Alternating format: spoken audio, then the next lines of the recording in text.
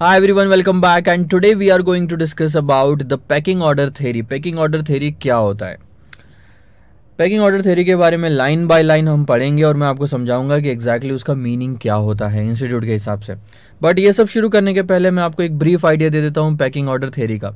Packing order theory क्या बताता है? सबसे पहले सर, पैकिंग ऑर्डर थ्योरी उस सिचुएशन पे बेस्ड है जिस सिचुएशन में अलग अलग लोगों के पास अलग अलग इंफॉर्मेशन होती है सेम कंपनी की। अब जब हमने मॉडिग्लानी मिलर मॉडल देखा तो उसमें एक चीज हमने मानी थी कि मार्केट कैपिटल और सबको सारी इंफॉर्मेशन फ्रीली अवेलेबल है, जो कि प्रैक्टिकल लाइफ में पॉसिबल नहीं होता। और क्योंकि ये प्रैक्टिकल लाइफ में पॉसिबल नहीं होता तो आप ये चीज तो समझ सकते हो कि अगर आप कोई कंपनी चला रहे हो, आप उस कंपनी में मैनेजर हो, तो आपके पास उस कंपनी की इंफॉर्मेशन ज्यादा होगी। अगर मैं भले ही बाहर से मैंने इक्विटी शेयर खरीदे होंगे कंपनी के, मेरे पास इतनी इंफॉर्मेशन नहीं होगी, आपके पास ज्यादा होगी। तो दोनों लोगों के पास में, जो दोनों इन्वेस्टर्स है, शायद आपने भी इन्वेस्टमेंट करके रखा हो, तो दोनों लोगों के पास में अलग अलग इंफॉर्मेशन है। मार्केट इज नॉट परफेक्ट और इसी वजह से जो मैनेजर है कंपनी का, वो किस तरह से कंपनी में पैसा लेके आता है, मैनेजर लो, सीईओ लो, जिसके हाथ में भी रिस्पॉन्सिबिलिटी है, जो फंडिंग कराता है कंपनी में, कभी इक्विटी लेके आएगा, कभी डेट लेके आएगा, कभी और डेट लेके आएगा, या डेट निकाल के वापस इक्विटी लेके आएगा। तो ये जो पैटर्न मैनेजर फॉलो करता है, क्योंकि मैनेजर के पास में ज्यादा इंफॉर्मेशन होती है, तो जो पैटर्न मैनेजर फॉलो करता है उससे एक आइडिया लगाया जा सकता है कि मैनेजर इस कंपनी के बारे में क्या सोचता है। क्या मैनेजर ये सोचता है कि कंपनी के सेल्स बढ़ते जाएंगे, आगे हमारे पास में बहुत पैसा होगा, और बहुत पैसा होगा तो हम रिटर्न दे पाएंगे, इंटरेस्ट पे कर पाएंगे, और हम अगर इंटरेस्ट पे कर सकते हैं तो डेट और रेज किया जा सकता है। अगर आपको सेल्स पे कंफर्मेशन नहीं है, इसका मतलब प्रॉफिट पे कंफर्मेशन नहीं है, और अगर प्रॉफिट कंफर्म नहीं है तो इंटरेस्ट कहां से पे करोगे? ईबीआईटी में से जाता है इंटरेस्ट। ईबीआईटी ही नहीं रहा तो, ईबीआईटी कम पड़ गया तो, ईबीआईटी कम ना पड़ने के लिए सेल्स कम नहीं पड़ना चाहिए। तो अगर आप इसमें कंफर्म नहीं हो तो तब जाके आप डेट नहीं रेस करोगे या कम रेस करोगे। सो ये जो जिस तरह से आप फंडिंग कराते हो, उससे एक आइडिया लगाया जा सकता है कि ये मैनेजर कंपनी के बारे में आगे में क्या सोचता है। और उसके बाद आखिरी में पैकिंग ऑर्डर थ्योरी बोलती है कि किसी भी कंपनी ने सबसे पहले क्या इशू करना चाहिए, मतलब as a source of finance, कि पैसा अगर लाना है तो सबसे पहले क्या यूज करना चाहिए, उसके बाद क्या इशू करना चाहिए, उसके बाद क्या इशू करना चाहिए। ये 3 स्टेप है। ये तीनों स्टेप हम आखिरी में देखेंगे इस वाले लेक्चर के नहीं, सॉरी, इस क्वेश्चन के। आइए देखते हैं पहले पैकिंग ऑर्डर थ्योरी क्या बोलते हैं। ध्यान देंगे आप वर्ड टू वर्ड, ठीक है? मेरे साथ में आपका कंप्लीट हो जाएगा ये वाला पार्ट। ध्यान दो। This theory is based on the asymmetric मतलब अलग अलग इंफॉर्मेशन, सिमेट्रिक यानी कि same information which refers to a situation in which different parties have different information। ये तो मैंने आपको समझा दिया। उसके बाद in a firm managers will have better information than investor। आप ये भी समझ सकते हो कि अगर मैं इन्वेस्टर हूँ उस कंपनी में, आप मैनेजर हो उस कंपनी के, तो आपके पास में ज्यादा इंफॉर्मेशन होगी, बेटर इंफॉर्मेशन होगी। This theory states that the firm prefer to issue debt. ध्यान दो, ये थ्योरी क्या बोलती है कि फर्म जो है ये डेट इशू करना प्रिफर करेगी। ये जो कंपनी है मार्केट से डिबेंचर इशू करना या लोन लेके आना बैंकों से, ये प्रिफर करेगी। कब? लोन लेके आने से क्या होता है, ध्यान देना, अगर आपने लोन कंपनी में बढ़ाया तो इंटरेस्ट भी हर साल ज्यादा देना पड़ेगा, अमाउंट बढ़ेगी। When they are positive about future earning, अगर आपको लगता है कि आने वाले टाइम में हम इतना पैसा कमा सकते हैं कि हम बढ़ोतरी जो होने वाली है इंटरेस्ट में वो पे कर पाएंगे, तो आप डेट इशू करो। लेकिन अगर आपको अर्निंग्स पे कॉन्फिडेंस ही नहीं है तो आप डेट इशू मत करो, क्योंकि डेट इशू करने से सर इंटरेस्ट भी ज्यादा देना पड़ता है, और इंटरेस्ट ज्यादा देने के लिए आपके पास उतनी ज्यादा अर्निंग होनी चाहिए। अर्निंग ही नहीं है तो इंटरेस्ट नहीं दे पाओगे, तो डेट इशू मत करो, फंस जाओगे। डेट इशू कर लिया, लोन ले लिया, लेकिन चुका नहीं पाए तो कैसी हालत होती है सर? विजय माल्या जैसी हालत होती है। So equity is issued when they are doubtful and internal finance is insufficient। अब ये तीनों में आप ध्यान देना, आप यहीं पे ये क्वेश्चन खत्म कर सकते हो अगर आप चाहो तो। एक सेकंड ना, अगर आप चाहो तो यहाँ पे क्वेश्चन खत्म कर सकते हो। सबसे पहले यहाँ पे क्या लिखा कि अगर आपको कॉन्फिडेंस है कि आप सर मार्केट में ज्यादा कमाओगे, आपकी फ्यूचर अर्निंग्स होगी, तो डेट इशू करो। लेकिन अगर आप कॉन्फिडेंट नहीं हो कि आप नहीं कमा पाओगे उतना, तो पहले इंटरनल फाइनेंस यूज करो। आपके कंपनी में जितना पैसा पड़ा है, रिटेन्ड अर्निंग्स पड़ा है, जो इक्विटी एग्जिस्टिंग है, वो यूज करो। और अगर वो इनसफिशिएंट पड़ता है, वो कंप्लीट नहीं होता, तब जाके आखिरी में इक्विटी शेयर मार्केट से इशू करो। मार्केट से अगर पैसा लेना है और आप अगर कॉन्फिडेंट नहीं हो अर्निंग्स के बारे में, तो सर डेट इशू करोगे क्या? नहीं, हम क्या इशू करेंगे? इक्विटी। सो यही चीज यहां पे लिखी हुई है कि sir equity is issued when they are doubtful and internal finance is insufficient. Okay, सबसे पहले देखो, अब मैं इसका चार्ट बना लेता हूं, यहां पे आपको क्लैरिटी आ जाएगी।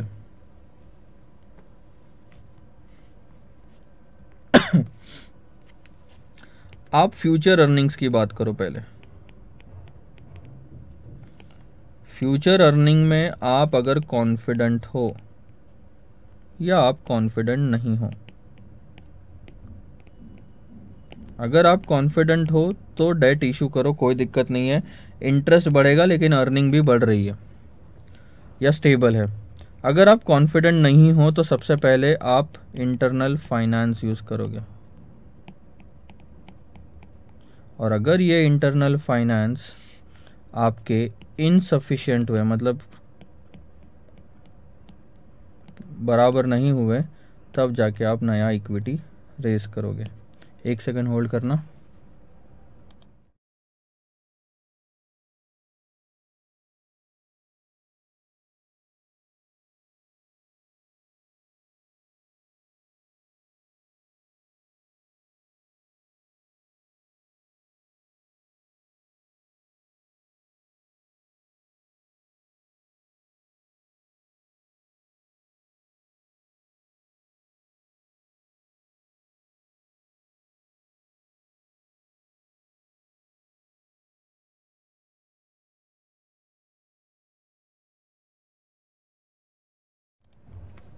Okay, sorry for the disturbance. So आपको ये चीज़ समझ में आया कि फ्यूचर अर्निंग में पहले मैं कॉन्फिडेंट हूँ तो डेट इशू करूँगा मार्केट से, अगर मेरे को पैसा चाहिए। ये सब मैं कब यूज़ कर रहा हूँ? जब मेरे को फंड्स की रिक्वायरमेंट है, मनी इज़ रिक्वायर्ड, ठीक है। और फंड्स की रिक्वायरमेंट है और मैं फ्यूचर अर्निंग्स के बारे में कॉन्फिडेंट हूँ, गो फॉर डेट। नहीं कॉन्फिडेंट तो इंटरनल फाइनेंस यानी कि रिटेन्ड अर्निंग, अगर एग्जिस्टिंग पैसा मेरे पास में होगा तो, और अगर वो भी कम पड़ रहा है तो जब जाके इक्विटी रेज करो। सो इक्विटी आपका आखिरी में रेज हो रहा है। आओ सर आगे। The packing order theory argues that the capital structure decision is affected by managers choice of a source of capital that gives higher priority to the sources that reveal the least amount of information। जो information investor के पास में कम होती है या नहीं होती है, ये चीज़ों का पता लगाया जा सकता है मैनेजर्स के कैपिटल स्ट्रक्चर डिसीजन से। अगर मैनेजर डेट की तरफ ज़्यादा जा रहा है तो आप समझ सकते हो कि फ्यूचर अर्निंग्स ज़्यादा होगी, ऐसा माना जा रहा है। आगे, the name pecking order theory is given as there is no well defined debt equity target. Sorry अब मार्केट में कहीं ऐसा नहीं है कि हर 1 रुपए की इक्विटी के लिए 2 रुपए का डेट इस्तेमाल करना चाहिए। क्या बोल रहा हूँ मैं आपको? डेट इक्विटी टारगेट का मतलब 2 रुपए का इक्विटी के लिए 1 रुपए के इक्विटी के लिए 2 रुपए का डेट इशू करो। ऐसा कहीं रूल बनाया गया है क्या? नहीं। 2:1, 3:1, 3:5 कुछ भी हो सकता है। और क्योंकि मार्केट में well known date equity target नहीं है, इसीलिए पैकिंग ऑर्डर थ्योरी के हिसाब से इक्विटी के 2 तरीके होते हैं पैसे रेज करने के। एक होता है इंटरनल, एक होता है एक्सटर्नल। इंटरनल यानी कि इक्विटी और आपका रिटेन्ड अर्निंग्स, और एक्सटर्नल फाइनेंसिंग करवाना यानी कि मार्केट से डेट या लोन लेना। अब हम आखिरी में पहुंचते आए हैं और ये चीज़ आपको क्लियर कर देगी what is this packing order theory. Packing order theory suggest करता है कि मैनेजर ने यूज करने चाहिए अलग अलग तरीके के sources for raising fund in the following order. Packing order theory के हिसाब से सबसे पहले मैनेजर ने यूज करना चाहिए सर इंटरनल फाइनेंस। देखो यार, ये बात तो सही है। अगर आप कल जाके अपनी कार खरीदना चाहते हैं, या कार भी नहीं, चलो मान लो आप अगर फॉरेन ट्रिप पे जाना चाहते हैं, अब आपके पास पैसों की ज़रूरत है आपको, आप बताओ सबसे पहले आप क्या देखोगे कि मेरे पास कितना पैसा है। अगर आपके पास नहीं है तभी तो आप मार्केट में जाओगे ना लोन लेने के लिए। आपको आपके पास में मान लो आपको फॉरेन में मतलब आपको घूमने जाना है, 10 लाख रुपए की रिक्वायरमेंट है, आपके पास में 25-30 लाख खाली फोकट पड़े हुए, खाली फोकट, ठीक है, यूज में नहीं है, खाली फोकट पड़े हुए हैं, और आप ऐसे टाइम पे क्या मार्केट में जाओगे लोन लेने के लिए, ट्रैवल लोन लेने के लिए? अननेसेसरी इंटरेस्ट क्यों पे करना है आपने उस पर, जब आपके पास में 30 लाख वहाँ खाली पड़े तो उसी में से यूज़ करेंगे।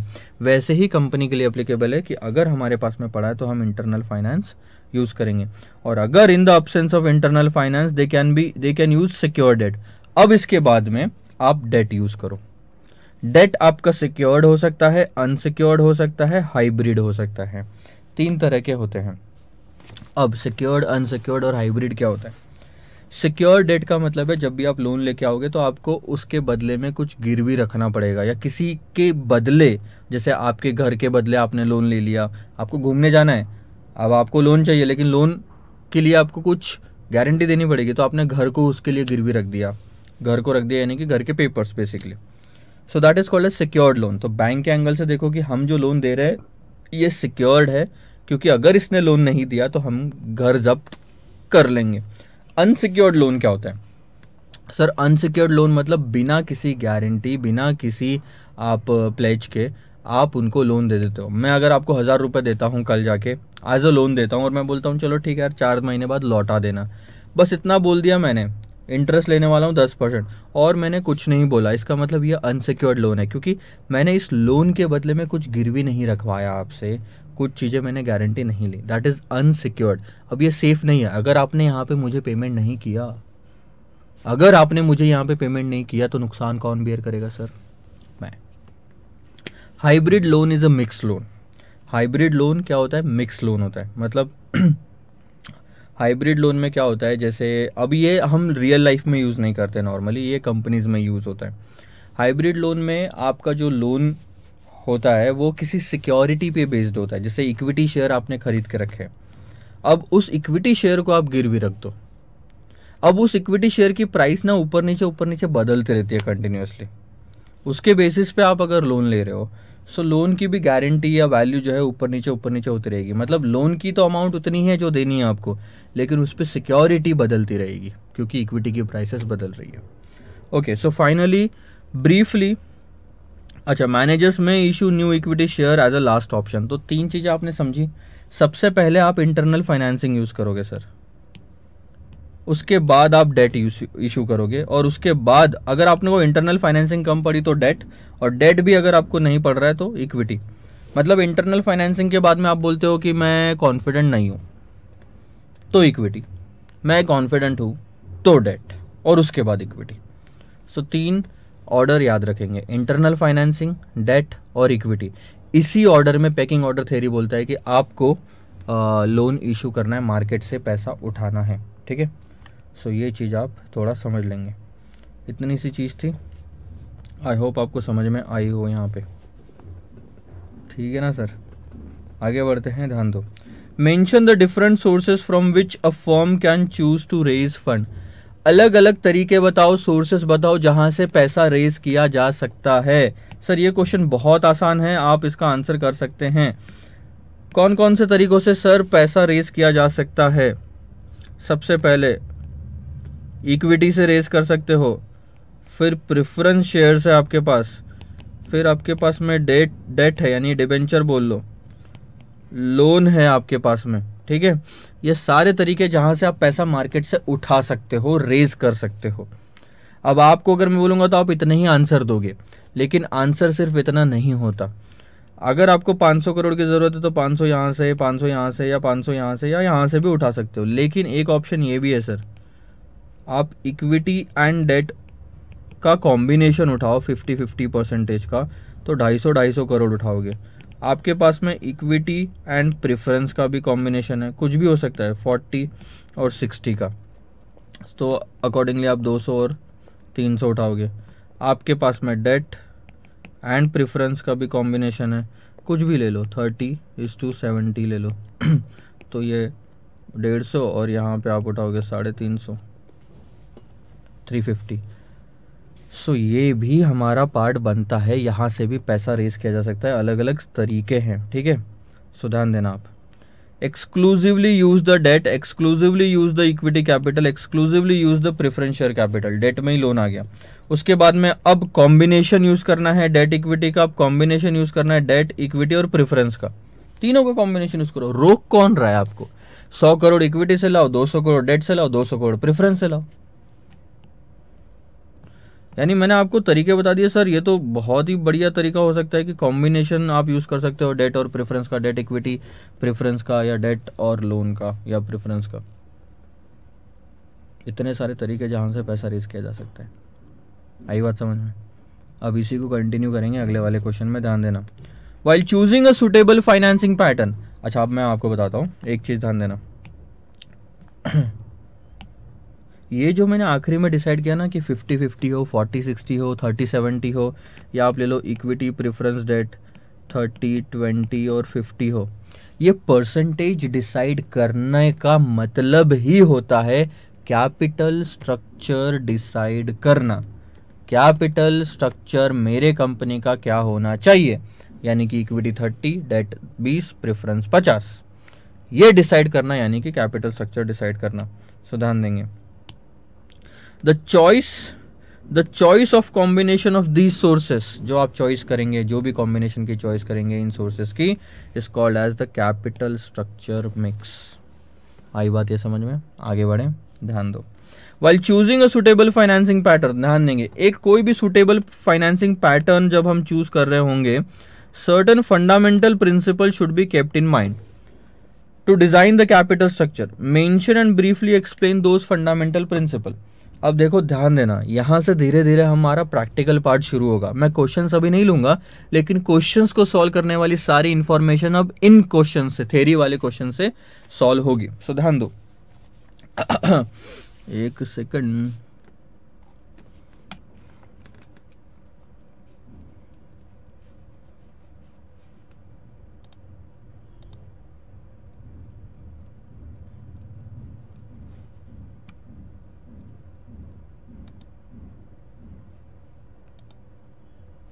चलो ठीक है,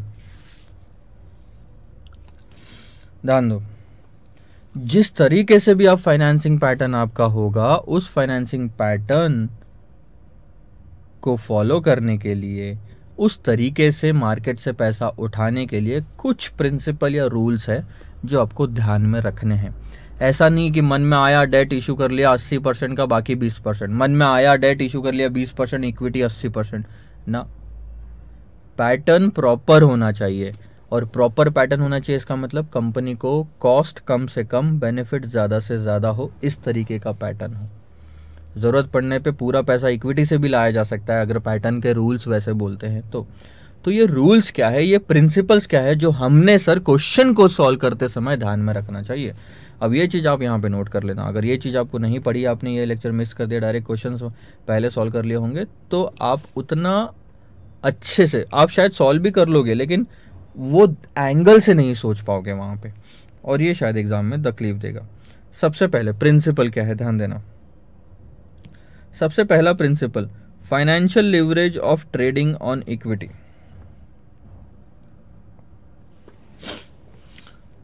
ठीक है, ध्यान दो। The use of long term fixed interest bearing debt and preference share capital along with equity share capital is called financial leverage. सबसे पहले तो एक बात जान लो सर, फाइनेंशियल लिवरेज होता क्या है। फाइनेंशियल लिवरेज का मतलब होता है कि इक्विटी के साथ साथ अगर आप डेट का भी इस्तेमाल करते हो कंपनी में पैसा लाने के लिए, दैट मीन्स आपकी कंपनी लीवर्ड कंपनी है। ये पढ़ा था हमने लास्ट वाले लेक्चर में।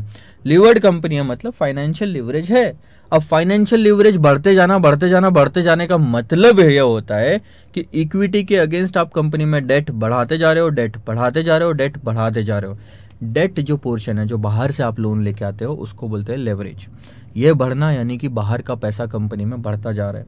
सो फाइनेंशियल लिवरेज बढ़ते जाना is not a good thing. आगे, the use of long term debt increases the earning per share.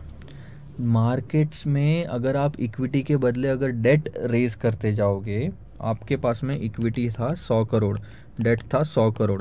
अब अगर आपको 50 करोड़ की ज़रूरत है तो आप इक्विटी नहीं सर, डेट इशू करो। क्योंकि अगर आप डेट इशू करते हो तो आपका जो अर्निंग पर शेयर है आखिरी में ये इंक्रीज होगा। Earning per share if the firm yields a return higher than the cost of debt. लेकिन कंडीशन क्या है, मैं फिर से बोल रहा हूं आपको, अगर आपके पास इक्विटी है 100 करोड़ का, डेट है 100 करोड़ का, मान लो, चलो ठीक है। अब आपको 50 करोड़ की जरूरत है। अब आपको 50 करोड़ की जरूरत है तो दो ऑप्शन है, या तो इक्विटी लेके आओगे तो डेट लेके आओगे। तो आपने क्या, मैंने क्या बोला आपको कि इक्विटी मत लेके आओ। इक्विटी लेके आओगे तो क्या होगा, इक्विटी लेके आओगे तो नंबर ऑफ शेयर्स बढ़ जाएंगे। नंबर ऑफ शेयर्स बढ़ जाएंगे तो ईपीएस कैसे कैलकुलेट करते हैं, earning after tax divided by number of shares. अगर डिनोमिनेटर में नंबर ऑफ शेयर्स बढ़ गए तो आपका ईपीएस कम हो जाएगा। आप डेट इशू करो मार्केट में, आप जैसे ही डेट इशू करोगे मार्केट में ईएटी थोड़ा कम होगा, उतना नहीं होएगा, लेकिन आपका ईपीएस बढ़ेगा क्योंकि नंबर ऑफ शेयर्स उतने ही है। 100 डिवाइडेड बाय 50, चलो अभी नहीं, बाद में देखता हूं, मैं बताता हूं आपको। लेकिन अभी अच्छा, तो मेरा बोलना क्या है कि 50 करोड़ की जो रिक्वायरमेंट है, सॉरी आपने, आपको यहाँ पे दिखा नहीं होगा ना, हाँ, ये जो 50 करोड़ की रिक्वायरमेंट है ये आप डेट से लेके आओ तो ईपीएस बढ़ेगा अगर return on investment is greater than cost of debt. ये चीज ध्यान में रखना, बस ये चीज लिख लो अपने बुक में, return on investment should be higher than cost of debt. So अब अगर आप रिटर्न ऑन इन्वेस्टमेंट निकालोगे लेट से 20%, तो आप रिटर्न ऑन इन्वेस्टमेंट निकालोगे 250 पे, ठीक है। तो अभी पहले मान लो रिटर्न ऑन इन्वेस्टमेंट था 20%, तो 20 पे आप 200 पे 20% निकालते थे तो कितना 40 आता था। अब अगर आप 250 पे 20% निकालोगे तो 50 आएगा। सो सर पहले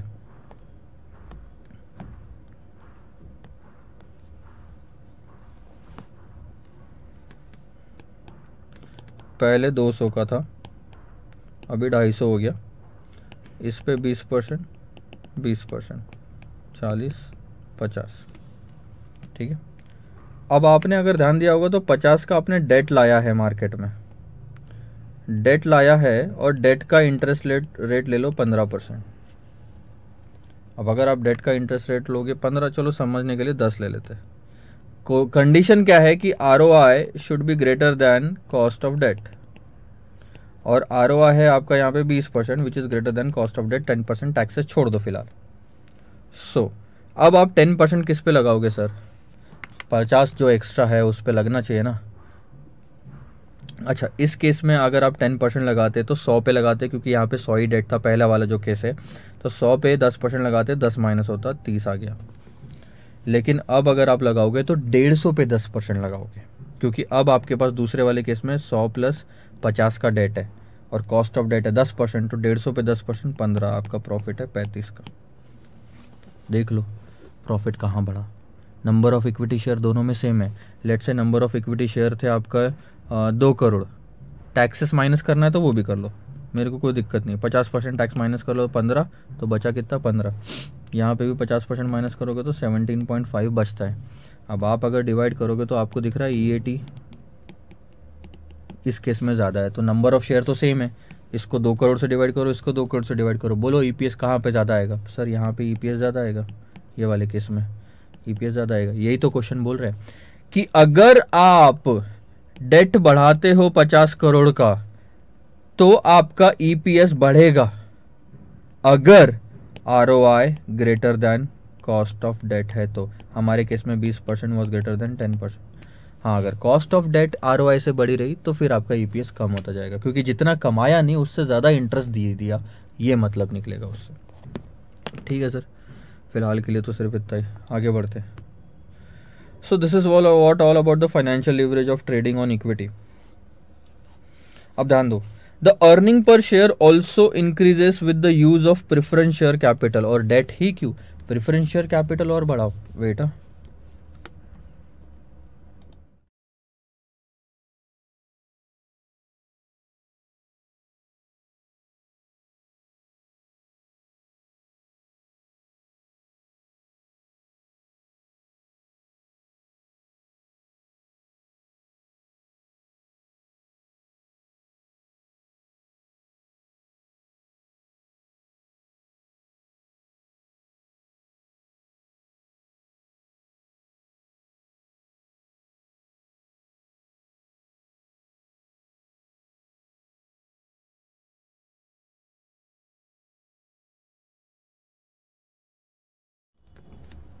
हाँ, तो मैं क्या बोल रहा था, डेट ही क्यों, प्रेफरेंस शेयर कैपिटल भी बढ़ाओ तो भी ईपीएस बढ़ेगा। आगे देखो, लेकिन कंडीशन है अपनी, but due to the fact that interest is allowed to be deducted while computing the tax. Preference बढ़ाने से ईपीएस तो जरूर बढ़ेगा, लेकिन प्रेफरेंस डिविडेंड बांटने पे टैक्स में बेनिफिट कुछ नहीं मिलता। डेट अगर आप बढ़ाओगे तो इंटरेस्ट बढ़ेगा, और इंटरेस्ट बढ़ा तो टैक्स सेविंग भी बढ़ेगी। सो अगर 50 करोड़ लाना ही है तो डेट से लाओ। The leverage impact of debt is much more, मतलब डेट लाने से फायदा ज्यादा होता है। आगे, however leverage can operate adversely also if the rate of interest on long term loan is more than the expected rate of earning. ये वाला सेंटेंस क्या बोलता है कि अगर आपने डेट ज्यादा लाया तो आपको ये गलत साबित भी हो सकता है अगर ROI less than cost of debt निकला तो, या cost of debt more than ROI निकला तो। सो कंडीशन यहां पे याद रखेंगे सर पूरा, डेट बढ़ाने से ईपीएस बढ़ता है अगर आरओआई ज्यादा है कॉस्ट ऑफ डेट से, आरओआई कम है कॉस्ट ऑफ डेट से तो ईपीएस नहीं बढ़ेगा। सो फाइनली इस वाले पार्ट में आप क्या याद रखेंगे, ठीक है।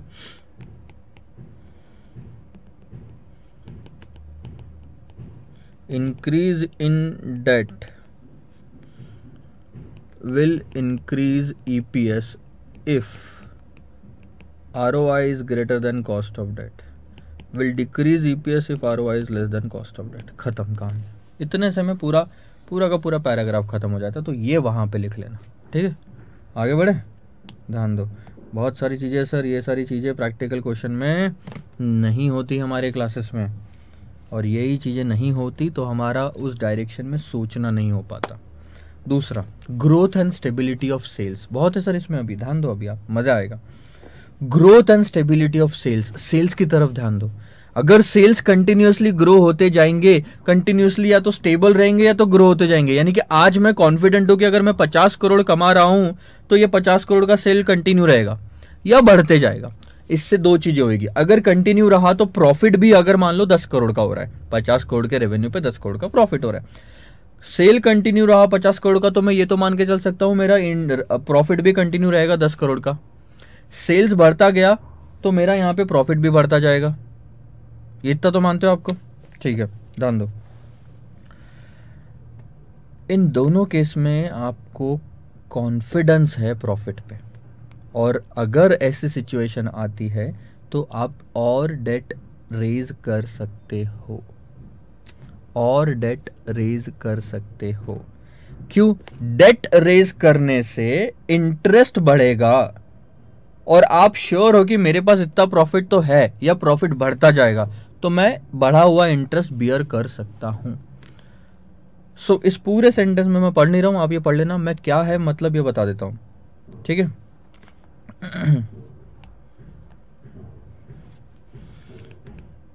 सेल्स या रेवेन्यू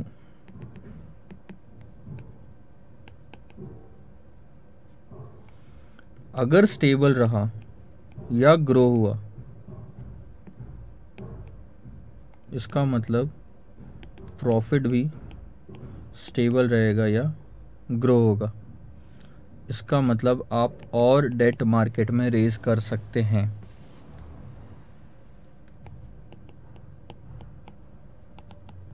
क्योंकि आप एक्स्ट्रा इंटरेस्ट का बर्डन बियर कर सकते हैं या कॉन्फिडेंट हो। लेकिन अगर ये वोलेटाइल रहा, मतलब बहुत ही ज़्यादा सेल्स बढ़ता जा रहा है, कभी गिरता जा रहा है, यानी कि बढ़त चढ़त हो रही है, ठीक है, सिर्फ ग्रोथ ही नहीं है, सिर्फ स्टेबिलिटी नहीं, तो प्रॉफिट भी बढ़ता कम होता जाएगा, और ऐसे टाइम पे debt should not be raised. ये चीज़ है, मतलब इसका पूरा का पूरा पढ़ना आपके समझ में आएगा। तीसरी बात करता हूँ कॉस्ट प्रिंसिपल। ध्यान दो, बहुत ही सिंपल है। कैपिटल स्ट्रक्चर क्या होना चाहिए, इक्विटी कितना रेज करना चाहिए, डेट कितना रेज करना चाहिए, इसमें आपने एक रूल भी याद रखना है कि आपका खर्चा कम से कम हो, प्रॉफिट ज़्यादा से ज़्यादा हो। According to this principle, ideal pattern of और capital structure is one that minimises the cost, जो WACC है ये कम होना चाहिए, एंड मैक्सिमाइजेज द EPS, और जो EPS है वो ज़्यादा होना चाहिए। ये लिख के रख लो, ये इंपॉर्टेंट पार्ट है, इसी के बेसिस पे बहुत सारे क्वेश्चन सॉल्व करेंगे हम। ऐसा पैटर्न जिसमें मेरी अर्निंग पर शेयर बढ़ रही है, इसका मतलब कंपनी के ओनर्स की अर्निंग बढ़ रही है, तो वो पैटर्न सबसे ज्यादा फायदेमंद है। उससे ज्यादा और होना क्या अपन को, मेरी या तो अर्निंग बढ़ रही है या तो मेरा खर्चा कम हो रहा है, बात तो सेम पड़ी। तो वो पैटर्न फॉलो करना है। तो कॉस्ट प्रिंसिपल क्या बोलता है, खर्चा कम से कम हो ऐसा पैटर्न और बेनिफिट ज़्यादा से ज़्यादा। अब जब मैं पैटर्न की बात कर रहा हूँ तो इसका मतलब है मैं ये बात कर रहा हूँ कि 50-50 होना चाहिए, 40-60 होना चाहिए, 30-70 होना चाहिए, या 30-20-50 होना चाहिए। चारों अलग अलग पैटर्न है, इसमें से जो भी पैटर्न सबसे ज़्यादा अर्निंग पर शेयर देगा या सबसे कम कॉस्ट ऑफ कैपिटल देगा, वो पैटर्न हमने फॉलो करना है या वो यूज़ करना है। आगे रिस्क प्रिंसिपल। रिस्क सर दो तरह के होते हैं, एक होता है बिजनेस रिस्क, एक होता है फाइनेंशियल रिस्क।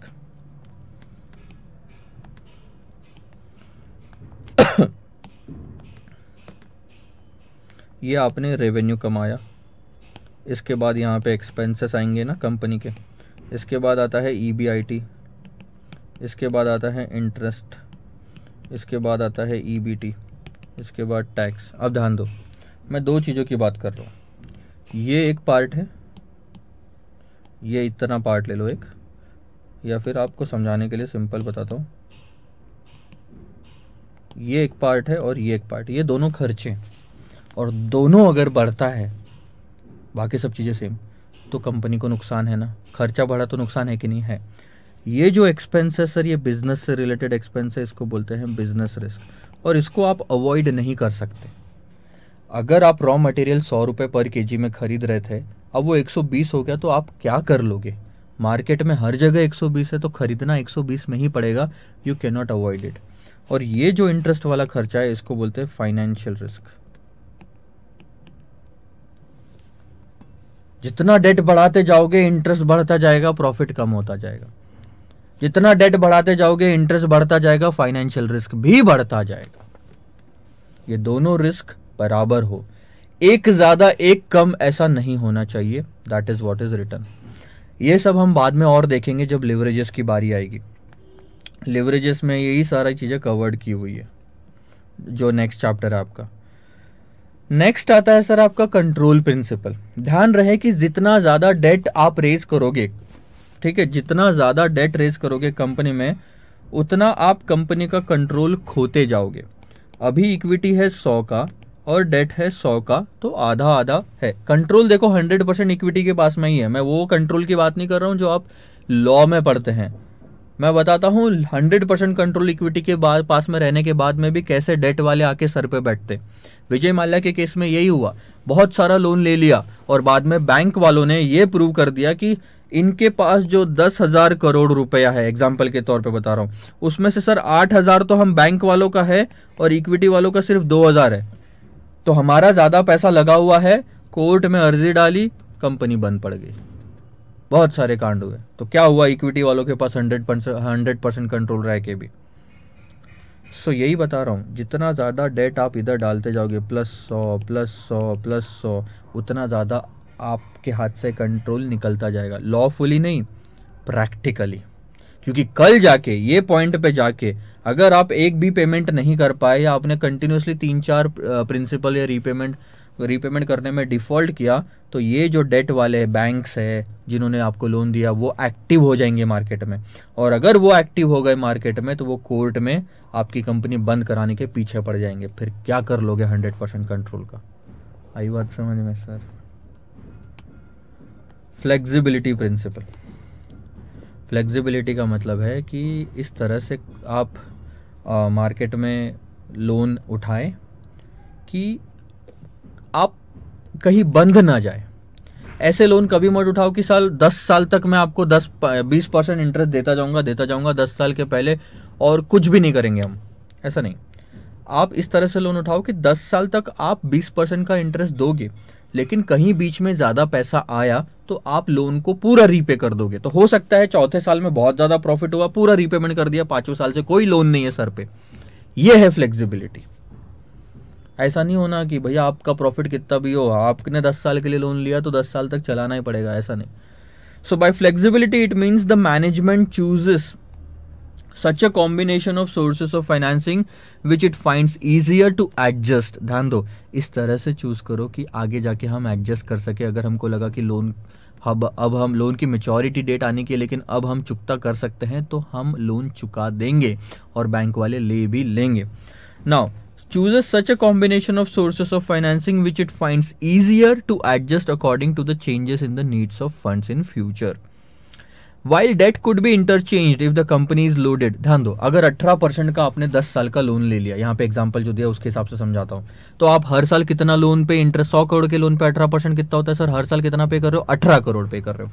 3 साल तक पे किया, 7 साल बाकी है, लेकिन अब मार्केट में लोन 15% में मिल रहा है. 3 साल बाद तो इंटरेस्ट रेट तो बदलते जाते हैं. जब मार्केट में लोन 15% में मिल रहा है तो दिमाग क्यों नहीं लगाते आप? 100 करोड़ का मार्केट से और लोन लो 15% पे, इस 100 करोड़ से वो जो पुराना 100 करोड़ था वो चुका दो. अब आगे से आपको 100 करोड़ पे कितना लोन देना पड़ेगा? सिर्फ 15%. 3% बचाना यानी 3 करोड़ रुपए बचाना साल के, बहुत फर्क पड़ता है.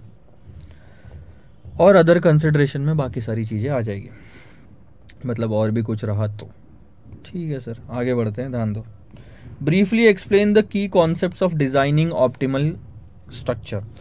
जो आपका कैपिटल स्ट्रक्चर होना चाहिए कि इक्विटी कितना लाना है, डेट कितना लाना है, लोन कितना लाना है, इसके बारे में बात करिए सर. ध्यान दो, the capital structure decision influence करता है, यहाँ पे पढ़ना आराम से शांति से. कैपिटल स्ट्रक्चर डिसीजन इन्फ्लुएंस करता है डेट इक्विटी मिक्स को, which ultimately affects share holders return and risk. Share holder का अल्टीमेटली रिटर्न और रिस्क तो बदलता है सर, क्योंकि डेट जितना ज़्यादा लाते जाओगे उतना ज़्यादा रिस्क बढ़ता जाएगा. ठीक है, आगे देखो. Since cost of debt is cheaper, ध्यान देंगे, इक्विटी वालों की कॉस्ट कभी भी ज़्यादा होती है डेट वालों से, क्योंकि इक्विटी में रिस्क ज़्यादा होता है तो इन्वेस्टर्स की एक्सपेक्टेशन भी ज़्यादा होती है. यानी कि आप हमेशा जनरली यही फॉलो होता है कि कॉस्ट ऑफ इक्विटी मान लो अगर 20% है तो कॉस्ट ऑफ डेट उससे कम होती है, चीपर होता है. लेट से 12%. 100 करोड़ आपने 20% पे लाया, 100 करोड़ आपने 12% पे लाया. सबके फायदे नुकसान है. सो कॉस्ट ऑफ डेट भले ही चीपर है, फर्म प्रिफर करती है borrow rather than to raise money from equity. और क्योंकि कॉस्ट ऑफ डेट चीप है, 12% पे ही मिल रहा है, तो सबसे पहले फर्म जनरली प्रिफर करती है कि चल यार हम लोन ही उठा लेते हैं, क्योंकि इक्विटी लाएंगे तो उनको 20% देना पड़ेगा और डेट लाएंगे तो 12% देना पड़ेगा, तो हम डेट ही लेके आते हैं. ध्यान देंगे. So long as the return on investment is more than the cost of borrowing. यहाँ पे वापस वो चीज आई कि आरओआई जब तक कॉस्ट ऑफ डेट से ज्यादा रहेगा, ये लिख लो अपने बुक में, आरओआई पॉज करके लिख लेना, मैं बता रहा हूं, आरओआई जब तक कॉस्ट ऑफ डेट से ज्यादा रहेगा तब तक कंपनी में डेट लाया जा सकता है, लाया जा सकता है, लाया जा सकता है. जितना डेट लाते जाओगे कॉस्ट ऑफ जो आपका आरओआई है वो भी शायद फिर धीरे धीरे कम भी हो सकता है आगे. एक पॉइंट आया जहां पे आरओआई और कॉस्ट ऑफ डेट सेम हो गया, अब इसके ऊपर आप डेट मत लाना, क्योंकि अब कॉस्ट ऑफ डेट और आरओआई में डिफरेंस आएगा. Cost of debt will be more than ROI, and if the cost of debt is more than ROI, don't bring the debt into the company. Beyond the limit, it increases the risk and share price may fall because shareholders may assume that the investors is associated with more risk. एक limit के ऊपर अगर आप date लाना शुरू कर दिया तो वो बहुत ज़्यादा रिस्की हो जाता है. जैसे मैंने आपको विजय माल्या वाला केस बताया, 10,000 में से 8,000 करोड़ तो लोन था. तो ऐसे केस में इन्वेस्टर्स को, जो इक्विटी शेयर होल्डर्स है, उनको लगता है कि भैया अब तो हमारे ऊपर बहुत रिस्क है, और ऐसे टाइम पे उनकी एक्सपेक्टेशन गिर जाती है कंपनी से कि ये अब हमारा कुछ नहीं कर सकती, और एक्सपेक्टेशन गिर जाती है तो बहुत सारे लोग मार्केट में शेयर्स बेचना शुरू कर देते हैं. सप्लाई बढ़ जाता है, सप्लाई बढ़ने से आपकी मार्केट प्राइस गिरने लग जाती है. सो एक लिमिट के ऊपर डेट नहीं लाना कंपनी में. आगे अब the major concept for designing optimal structure is explained as below. पहला कॉन्सेप्ट अब ये आप पढ़ेंगे, ये तो मैं आपको बताऊंगा लिवरेजेस, ये नेक्स्ट वाला चैप्टर है, वहां पे समझाऊंगा तो समझेगा, यहाँ पे इसलिए डिस्कस नहीं करता हूँ. ये कवरेज रेशियो आप रेशियो एनालिसिस में पढ़ चुके हैं, वहां पे जाके आप ध्यान दो कि कवरेज रेशियो होता क्या है, वापस आके यहाँ पे पढ़ो. कैश फ्लो एनालिसिस यानी कि मेरे पास में कैश फ्लो सफिशिएंट होगा तो मैं डेट लेके आता हूँ. इंटरेस्ट देने के लिए कैश लगती है, कैश होनी चाहिए, और यही चीज़ आपको इसमें लिखी हुई है. ये चीज़ आप पढ़ेंगे, ठीक है, मैं ये आप पे छोड़ रहा हूँ. उसके बाद में साउंड कैपिटल मिक्स.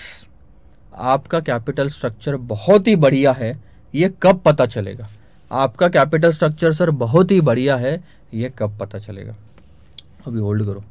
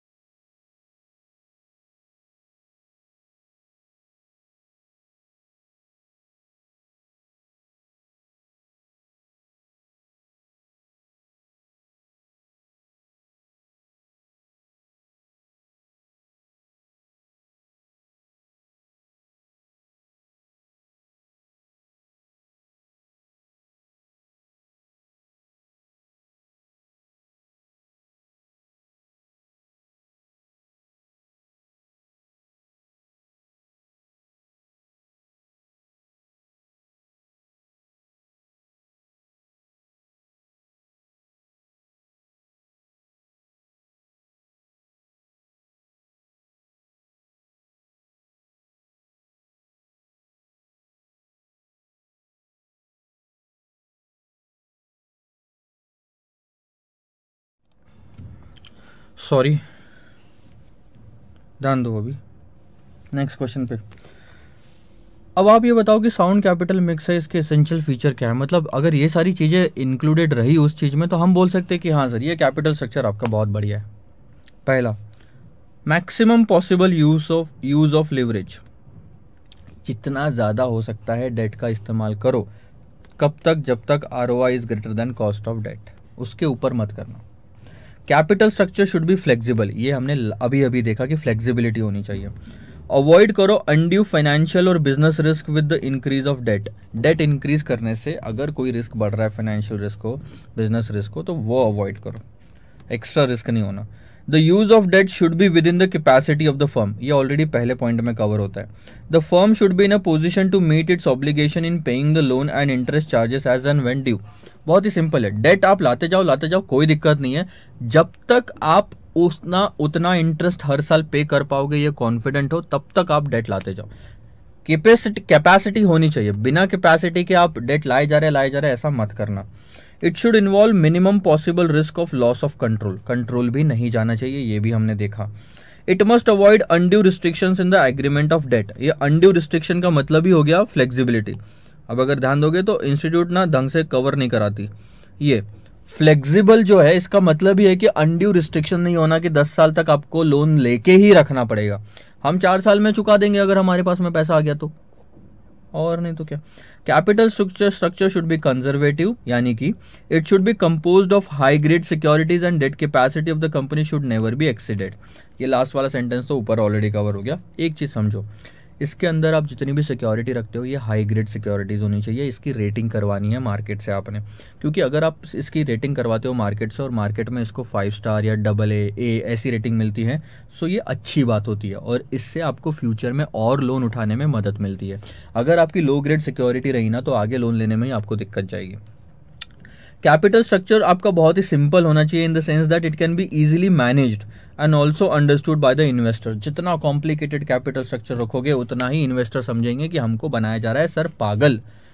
और अगर उनको समझ में नहीं आया कि यार ये कंपनी कर क्या रही है एग्जैक्टली, कभी डेट एकदम से लेके आ गई, कभी इक्विटी लेके आ गई, कभी डेट रीपे कर दिया, कभी इक्विटी रीपे कर दिया, मतलब इक्विटी में आपने बायबैक कर लिया, तो अगर ऐसा कुछ होता रहा तो इन्वेस्टर्स को कॉन्फिडेंस से ट्रस्ट नहीं बैठेगा कंपनी पे, और अगर उनको ट्रस्ट नहीं बैठा तो इन्वेस्टमेंट नहीं आएगा तो कंपनी की मार्केट वैल्यू नहीं बढ़ेगी।